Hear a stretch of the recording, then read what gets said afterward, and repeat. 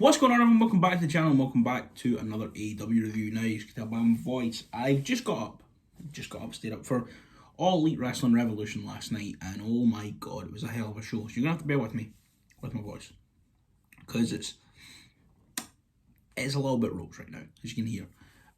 But I've had some new things to set up. I've got a Spider-Man print and an Attitude Era print. I think I might take them down though. Don't know. Can prefer them on my desk. I'm going to order some cool stuff though off of Etsy, some wrestling related things to put up there. I'll make like a fucking gallery wall. I will finally put those Rome and the Trash Boat poster back up, and I'll just keep adding shit to the background. It'll be fun. It'll be class. But I guess for now we'll just jump into everything that happened on Revolution. We'll start with the buy-in, the pre-show, the kickoff show, whatever you want to call it, and it was a tag team match with Dr. Britt Baker, DMD, and Reba versus Thunder Rosa and Riho, but Reba was hurt. Reba was out in a crutch. She had a doctor's note. She had a doctor from Dr. Britt Baker DMD, but Tony Khan wasn't buying it, so she went to the Jaguars head doctor, and he said Reba's hurt, which she was, obviously. Why would Reba lie about that? So she had a mystery partner. And I was thinking Deonna Purrazzo or Thea Trinidad. I was, hoping for one of them, but who we got is better than both. I'm very glad to see this particular professional wrestler be given a chance on main AEW content now, and it was Maki Ito. She made her surprise US debut. She's not been hit with the graphic like a couple other people who showed up to say that Maki Ito was all elite, but I hope she is. The match itself was really fun. It went around 15 minutes. It was everything that a pre-show match should be. I don't know why WWE haven't got this memo. If the pre-show's going out for free and you really want to entice people into the show, have a good match. And this was a good match. At one point, Riho went for like a running knee, and Maki Ito just ducked under it, caught her knee, rolled through it like a single leg crab. It was great. The finish came towards the end when Reba, her knee miraculously healed, and she whacked Thunder Rosa in the head with a crutch, and who fell back into Britt Baker. And Baker was able to pick up the pinfall win for the team of Britt Baker and Maki Ito in around about 15 minutes to open the show. And I thoroughly enjoyed this match. I'm very happy to see Maki Ito on All Elite Wrestling in the United States, and I just think this is the best choice for the company going forward, to have someone like Maki Ito, who has proven that she's a massive star regardless of where she is. Everyone loves her, and the women's division really needs that like shot in the arm. And I do think Big Swole taking the title soon will be, another kick up the arse that it needs, because I think they're going to put it on Swole next after that promo she cut on Dark. But still, regardless, you need more stars in and around it. And I'm not saying that the women there aren't great; they are. I love them all. But with Statlander still out injured, you lost Riho for close to a year. Priestley has been, was released from the company. You need people like Maki Ito, bring back Ryo Mizunami more, even open the forbidden door, get across Deonna Purrazzo, sign Thea Trinidad. These are just some of the things you could do to bolster that women's division, and hopefully we'll see a pickup soon. Opening the show, we had the tag team title match between the Young Bucks and MJF and Chris Jericho, and this match was great. Just the chemistry that the four of them share is exceptional, and everyone was in the right spot at the right time for some amazing sequences and moments. I really thought that the MJF and Jericho were going to win, because I could see them transitioning them into a sort of mini feud with Santana and Ortiz. They lose the belts, and then there's a sort of thing where Jericho, I think the plan that they're doing with the Inner Circle is that Sammy Guevara is going to come back. Chris Jericho is going to go, well, me and you, one-on-one, you'll bitch, he's brutally, and then Sammy beats him, and the Inner Circle jump Chris Jericho out of the gang, and then Jericho has to regain Sammy's trust, and then they win the tag titles off of either Wardlow and MJF or Proud and Powerful, but they come back and win those titles back from the Inner Circle. So I thought they would maybe transition the belts onto them, and they do it by having Jericho get pinned by a member of Proud and Powerful, who I also assumed were going to win the Casino Battle Royal, the Casino Tag Team Royal, rather. But It didn't work out this way. The Young Bucks did pick up the win. There was a point though where I think it should have ended. It was about maybe 5 minutes before the finish, where it's just there's a lot of distraction. Aubrey's dealing with Wardlow. Jericho hits Matt, I think it's Matt, with the baseball bat in the back, and then MJF hits the Heat Seeker. That should have been it, but it wasn't. But it's still a really, really good match. There was just amazing, just amazing counters, amazing saves. Just the chemistry was incredible, and the Young Bucks did eventually pick up the win with a Meltzer driver on Chris Jericho and have retained their tag team titles. Up next was the Casino Tag Team Royale, and with this, the entire first hour of the pay-per-view and the pre-show was dedicated to tag team wrestling. And I understand on the pre-show it was, all single stars who have beefs with each other, but it was still a tag team match. The first hour of the show, the first hour and a half of the show, hour and a quarter I guess, were dedicated to tag team wrestling, and I absolutely love that. I'm not going to go through the order of elimination and the order of entry, but the Natural Nightmares started this match against 5 and 10 from the Dark Order. In the match, QT Marshall, I think, Austin and Colton Gunn were in later. And Colton Gunn is the fucking spitting image of his dad. But they were trying to eliminate Big Cesar Bononi, I think. And QT Marshall just tipped the three of them out, but Cesar stayed. And then he spat at them, and it looks like he's left the Nightmare family because he eliminated himself and just fucked off. And I'm really upset because right at the start of that match, I tweeted Natural Nightmares for AEW Hall of Fame. Not happy. But yeah, the teams that came in, you had the Varsity Blondes coming in looking great. Bear Country came in and looked amazing. I think Bear Country eliminated Stu Grayson and Jungle Boy? No, not Jungle Boy. Stu Grayson and Luchasaurus definitely. Maybe also Evil Uno. So Bear Country are here to stay. Jungle Boy and Luchasaurus were here. Obviously, they looked great. You had Matt and Mike Sydal, Proud and Powerful. And the last team that came in were Silver and Reynolds, obviously. It came down to a final four of Death Triangle with Pac and Phoenix, Jungle Boy, and John Silver. Obviously, the rules are both members of the team needs to be eliminated for it to work. Silver looked amazing. Silver, unfortunately, was the first of the final four to be eliminated. Then Pac went out. Then Phoenix and Jungle Boy spilled to the outside. Phoenix hit suicide dive where he landed in row 8 of the crowd this time. He's just getting bigger and bigger. But he went through the middle and top rope. And Rick Knox you're out. And Robert Ayer was like, listen, Rick, I fucking watched you referee a tag match. You don't know. I know. And he went through the top and middle, so he's fine. He went back in. And there was more scrapping. There was a lot more scrapping. It was great. And in the end, Ray Phoenix picked up the win, eliminating Jungle Boy. So now, Pac and Ray Phoenix have a shot at the Young Bucks, and Phoenix will be wrestling Matt Jackson on Dynamite this week. Oh, and I'm excited. I do think out of all the teams, Death Triangle didn't really need this shot, but it also solidifies Death Triangle going forward, as they have actually chased after gold, not just fought everyone because they're hard. But I liked the match. Thought the match was great. It was a big tag team clusterfuck with an incredible tag team division. Bear Country looked awesome. All 6 members of the Dark Order who were in the match looked awesome. It was really good, and I really enjoyed it. The third match on the card was Hikaru Shida versus Ryo Mizunami for the AEW Women's World Championship. And the match just started with the pair of them just hitting each other really hard to one-up each other. And the match just kind of went on like that. Pretty much anything you can do, I can do better.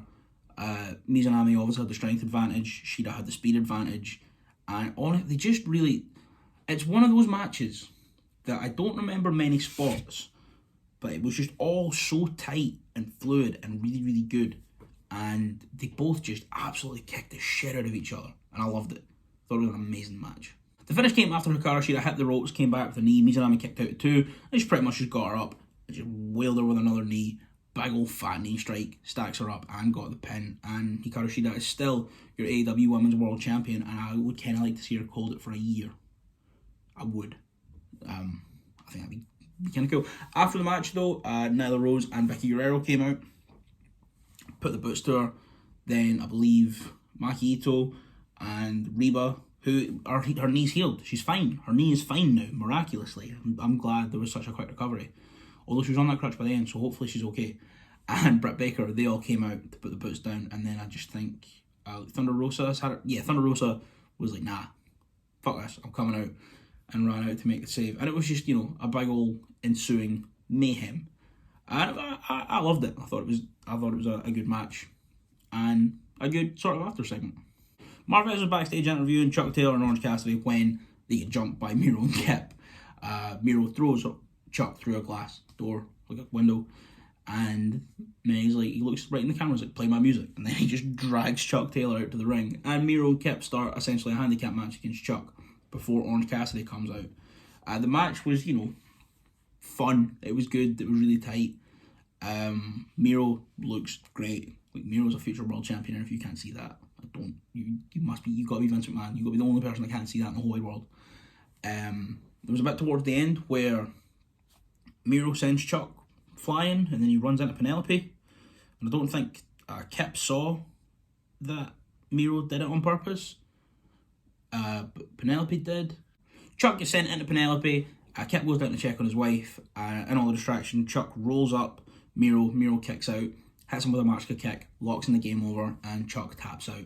I think the thing about Miro in this match that really spoke to me the most is this is everything he could and should have been in WWE, and Tony Khan's finally just unleashing it. I do think it's weird to see that he looks like he's positioned for this heel turn out of this tag team with Kip, but I'm not complaining because it'll send them on a monster run to be, the biggest star in that company and probably win the world title, so I can't complain. Marvez has another interview. This time it goes better. There's no assaults happening in it. He's with the Inner Circle and he asks them, what went wrong tonight? You didn't win the tag titles. You didn't win the Battle Royal. And Jericho just says they need to rethink the strategy. So on Wednesday we're having the Inner Circle War Council. And every time there's an Inner Circle whatever segment, Inner Circle Town Hall, Inner Circle New Year's Resolutions, Inner Circle the Dinner Debonair, anytime they do something like this, the Dinner Debonair was totally different, but still, anytime they do a really weird segment, it always lands because Chris Jericho is one of the best minds in professional wrestling, and the way they write it and the way I'm so excited for the War Council meeting, and I don't know what's going to happen at it, but I'm really excited. Next up was the big money match between Matt Hardy and Hangman Page, and these two also had a really good chemistry. This match built really well. I think their styles conflicted each other very, very well. At one point, Matt trapped Hangman's hand in the ring steps and kicked the steps at the stage. Just, to neutralise Hangman, because he knows he can't go strike for strike with Hangman Page. But Hangman was fighting back, because Hangman is the toughest son of a bitch in all of Elite Wrestling. Towards the end, Cassidy and Mark Wayne came out to sort of run a distraction. Then the Dark Order came out to save Hangman Page. And this was a really good match. Don't get me wrong, it's a really good match. But all that anyone really cares about is the finish. And I'm not saying that because it was a bad match. It was great. But it was building to one of the best finishes I've seen in my life. So Hangman's on the apron. The Dark Order behind him after fending off an attack. Hardy punches Hangman, who falls back. They catch him like he's Jesus. They boost him back up onto the apron. Buckshot in. Takes out Matt Hardy with a buckshot. And picks up the win, and now he has all of Big Money Matt's earnings for the first quarter of 2021. And the Dark Order come in and give him cuddles, and they give him beer, and it looks like he may have finally embraced the Dark Order. He didn't, it's none of this just yet, but he had a beer with them, and then he left with them. So, it was amazing. I thought it was a really good match, and a little longer than I thought Hardy could go. Wasn't entirely sure Hardy had another 15-minute one-on-one match left, but he did, and I thought it was good. We then had the Face of the Revolution ladder match, which meant after this we only had 3 things left. Paul White's pal, the street fight, and the main event. But the Face of the Revolution ladder match, as we know, had another surprise. This means it was 2 surprise debuts and 1 surprise Dynamite or American debut on the show. So we had Cody Rhodes versus Scorpio Sky versus Penta El Cero Miedo versus Lance Archer versus Max Caster versus Ethan Page. Oh, I popped huge for Ethan Page. I fucking love Ethan Page. And I completely forgot that Ethan Page is even a possibility for this. I don't know why. I just think the hype train kind of not died around Ethan Page, but we were all talking about, I think Dalton Castle's just recently become a free agent. A few other people who have recently become free agents, and I guess we all assumed that Ethan Page would be here sooner. And there was also the question of would he come to AEW after he left Impact on. He wasn't entirely happy with the presentation of Ethan Page versus the Karate Man in Impact, so there was obviously the question of will he go, but he's here now. And I'm very, very happy for this. And he actually looked awesome in this match. Everyone looked great. It was a ladder match. It just had, lots of big ladder match spots. There was a Canadian Destroyer from Penta to Cody on a ladder bridge, which then sent Cody out, and he was just on the stage selling the shoulder for a very long time. And then he came back, and everyone just started working his shoulder. Like I said, Ethan Page looked awesome. Scorpio Sky, he's just one of the best, isn't he? Archer, obviously, was being the biggest, nastiest man in the world. I think he hit Caster with the blackout on a ladder. And, obviously, the opponent has some say in what's going on with the blackout. But I think Caster sort of, had a little moment of panic. Because he didn't get over as, smooth as people usually go over the blackout. But Archer just went, nah, you're fucking taking this. Wham! And just got him down. I don't really remember many big spots in this match, because it was just all such... There was a lot going on at one time. But it was great. It was really, really good. And Scorpio Sky picked up the one. He grabbed the brass ring to earn a shot at Darby Allin's TNT Championship on Wednesday. Him and Cody were up there. Then I think he pulled Cody's arm through the ladder, his injured arm, and grabbed that brass ring, and is now the number one contender for Darby Allin's TNT title. And what a match. I'm pretty sure up next was the announcement of Paul White's famous, it had to be. Was the announcement of Paul White's Hall of Fame worthy signing. And I was right. So the music starts, and I was like, I know this song. I know it. It sounds familiar. It's not the exact thing that I know, but I know it. And then on the screen, they have the countdown from 10, and the music begins to click. I'm like, wait a fucking minute. Get there. It's down from 10, and then it just says, outwork everybody. And as everyone knows, this man is a real worker's worker. He's one of those people that every wrestler talks about as being one of the best to be in there with. He does stuff that us as fans don't pick up on, like footwork, but everyone says we study Christian's footwork. I fucking just gave it away. It's Christian Cage. It's Christian Cage in AEW. Oh my god, it's Christian Cage in AEW. Maki Ito, Ethan Page, and Christian Cage. Oh. Christian Cage in AEW. So good. So he comes out to his plinth, Podium. Comes out to his podium, and he's got his contract there, and he opens it, and he walks into the ring, and then he signs it, and then he unbuttons his jacket, and he's got a t-shirt on that says outwork everyone. I don't know why he came in the ring. He didn't say anything, but I just think it's added more intrigue to Dynamite on Wednesday, because he's not said anything. He's just signed his contract, so he'll definitely be cutting a promo on Wednesday at least. And Christian Cage is going to retire in All Elite Wrestling, and it makes so much sense because WWE never fucking saw anything in him. And Christian Cage. I just want to see Christian Cage wrestle everyone. And Moxley as well, so he's at the top of the list, because Mox wants that match. So after that, we then go to a cinematic match. And I know a lot of people are getting bored of cinematic matches, but I'm not. Especially in All Elite Wrestling, because they all have such a distinct feel. And this was the street fight. Darby and Sting versus Ricky Starks and Brian Cage. So it starts with Starks and Cage in a car park, and they get in a sports car and they drive it to an abandoned warehouse. And then Darby's music starts, or there's a truck, and Sting's in the truck, and he turns the radio on, it's Darby's music. You see Darby skating through Jacksonville, and then eventually comes up to Sting's pickup truck and grabs onto the back of it, and they go to the warehouse. There's also loads of people dressed like Sting who are just cutting about. There's a TV showing Wiccaphase, who's the guy who sings Darby's theme, with half Darby makeup and half Sting makeup, just singing it on an old CRT TV. It was really fucking cool. And they get there, and there's a ring set up in this warehouse, and they just start fighting. So I'm just going to go through some of the spots that I can remember off the top of my head. They brawled out of the ring. Darby was taking back bumps on the concrete, he was hitting shotgun drop kicks on people into pillars in the warehouse, but he was just landing on concrete for no reason. They brawl upstairs in the warehouse, and there's a glass. Hobbs shows up as well. Hobbs and Hook show up, and Hook's looking quite jacked, but then he was stood next to Will Hobbs, and he looked tiny. It's the first time I saw Hook without a mask, or not a mask, a hood, because he just showed up shirtless. All the Team Taz showed up to whoop on these boys. Darby was upstairs, and there's an old window, a sheet of glass. And Hobbs and Cage just grab his arms and his legs and just yeet and send that boy in through this glass and hitting a brick wall. It's just that there was a lot of stuff that Darby did. Just Darby got thrown into everything. Sting was moving really well, like really well. I like this, and I think as well having it being pre-taped, you can hide all of Sting's flaws in his game because he's like 62, born in 1959, so he's just a pensioner called Steve at the end of the day. He's got to protect my boy Steve.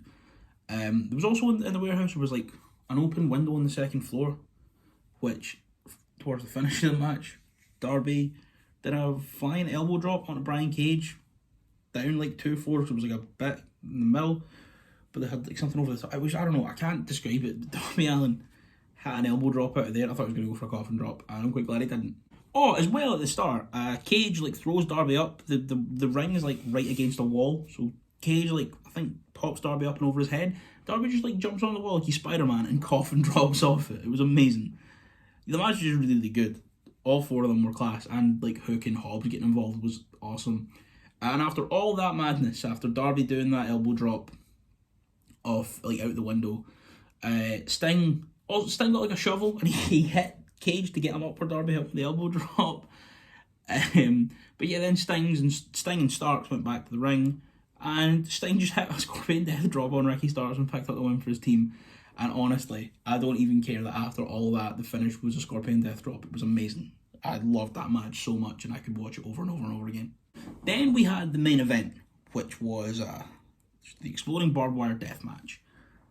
And it was so good. It was so good. Everything about this was amazing. Except something we'll get to.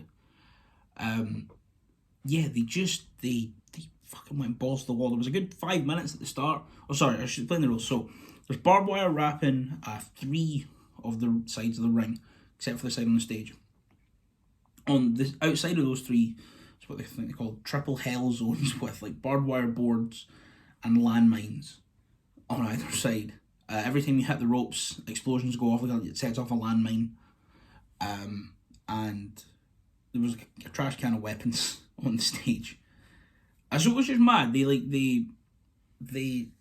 They teased sending someone at the ropes for so long, and then when Mox finally hit it, it was so satisfying. Then as well, Kenny was trying to put Mox in a figure 4. Mox gets the foot up, kicks his arse, pushes him off into the ropes. Kenny goes in face first, turns around into a drop kick from Moxley, which hits him here, falls back into the ropes again. There was a paradigm shift off the apron onto like the barbed wire boards into triple hell. There was just a lot of mad stuff going on. Kenny hit the one-winged angel, and I was like, that's not it, surely. We've not seen the ring explode. Oh, that's what I forgot to mention as well. After 30 minutes, all of the explosions go off. And Remsburg was in a hazmat suit, with his referee gear underneath, obviously. Got to know he's still got authority. And as Remsburg was down counting the pin for the one-winged angel, Moxley just like kicked his foot over. Not kicked out, but kicked his foot at the rope to set an explosion off to get Kenny off of him. Putting his body at risk. It was amazing. Then towards the end, Gallows and Anderson came out. Mox got hit with a one-winged angel on a chair that was set up, so the chair just fucking collapsed. And that was it. And then we were told we've got less than 5 minutes. Oh, wait there. Sorry, I thought this was after the match. So Gallows and Anderson come out and they're handing them weapons and Moxley's fighting them off. But Kenny has an exploding barbed wire baseball bat. So he hits Mox in the face with it and it also explodes. And then one-winged angel through the chair for the finish. And this match was amazing. This was genuinely just an incredibly brutal, violent, bloody death match, but also wild and campy in a weird way. I know the explosions were taken seriously and treated so seriously, and they looked nasty, and everyone was pissing blood, but at the same time it was like a good kind of wrestling campy. I loved it. But then it got So we're told by the commentators, look, there's no fail-safe for these explosions. They're going off regardless. So we get less than 5 minutes. And Don Callis knows this. So him and the Good Brothers and Kenny handcuff Moxley in the ring, but the handcuffs break. But Moxley just still stood there like a pro. But they were lying there like a pro with his arm behind his back. They were putting the boost to him. And then as it gets to like less than a minute, they all hightail it out of there. And out from the babyface, or from the heel locker room, runs Eddie Kingston, the Butcher, the Bunny, and the Blade. And Kingston goes in to help Mox, and they won't come with him. So it looks like Eddie's turned face now, and him and Mox are going to be a tag team. But he's trying to get Mox at the ring, and he can't pick him up. And then as the timer gets to like 3 seconds, he just jumps over him to protect him from the explosions. A bit like Atsushi Onita, obviously the pioneer of this match, had a very famous spot in Japan where it was going to explode, and he protects the ref, and there's a big fucking huge explosion. And when it gets to that, a few sparklers come out from the turnbuckles, and then a couple like mortars go off on the floor. But we know there was like ones attacked. There was so much more potential that you could have done. You could have set up so much more safely. We've seen it done in Japan. There you get a lot of fireworks, or just a lot of flash and no actual like punch to it. You could have like set up the firework cannons on either side of the turnbuckle post to like shroud the ring in mystery. And it looked awful. It looked really weird. And I know they're saying, I think Tony Khan said, well, you know, this was Kenny Omega who built this. He's clearly not good with explosives. And I think also he was saying that he couldn't really get much more done, so they're working this in as a storyline that Kenny built this. Maybe Kenny will say he's not happy with how he built it and it'll build in more. But Eddie Kingston was obviously, if this had gone right, Eddie Kingston was going to be lying there unconscious because he saved Mox. What's he saved him from? Like a bit of an earache. That's what he saved him from. And Eddie Kingston was still just lying unconscious, like a massive explosion happened. And that's how the pay-per-view went off the air. And it's weird because I genuinely think this might be my favourite pay-per-view of all time. Every single match was incredible. Everything about it except for this I absolutely adored. And I just know that it sucks because that's all that people are going to focus on now. That's all that people are going to think about. That's all that people are going to remember, is that it had this weird finish. And well, it is what it is. Overall though, out of 10, it's a 9. It's a 9.8. So genuinely, I found it to be a perfect pay-per-view until that last second. Fuck, a 9.9. Just such an amazing pay-per-view from start to finish. We have Christian Cage and All Elite Wrestling. We have Ethan Page and All Elite Wrestling. We have Maki Ito coming back. We had the tag match. We had an entire hour plus dedicated to tag team wrestling at the start of the show. We had an awesome ladder match. We had another awesome cinematic match. And overall, I just thought it was a great show. So that is my AEW Revolution 2021 review. Let me know what you thought of the show down below. Subscribe if you're new. I talk about AEW every week and Impact every week and other wrestling things. And every 2 weeks, I have a fun interview with a friend or a special guest. We talk about how good wrestling is. And I've got one coming this Saturday with a very, very special guest. So keep an eye out for that. Thank you so much for watching, and I'll see you next time.